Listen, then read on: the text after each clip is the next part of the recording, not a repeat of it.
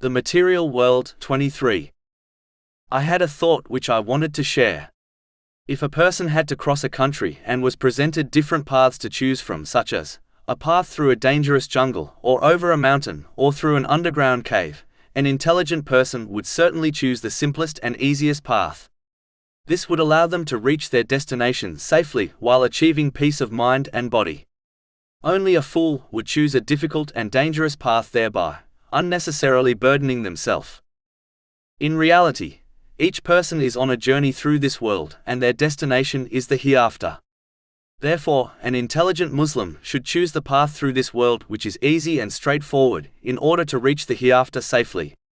This path consists of fulfilling the commands of Allah, the Exalted, refraining from His prohibitions, and facing destiny with patience according to the traditions of the Holy Prophet Muhammad, peace and blessings be upon him, and only taking from this material world in order to fulfill their necessities and the necessities of their dependents without waste, excessiveness or extravagance. This would allow them to reach the hereafter safely while obtaining peace of mind and body. But the more one indulges in the excess of this material world, and unnecessarily devotes themselves to people and their desires, the more difficult their journey will become. This attitude will only deprive them of peace of mind and body, and reduce the chances of them reaching the hereafter safely.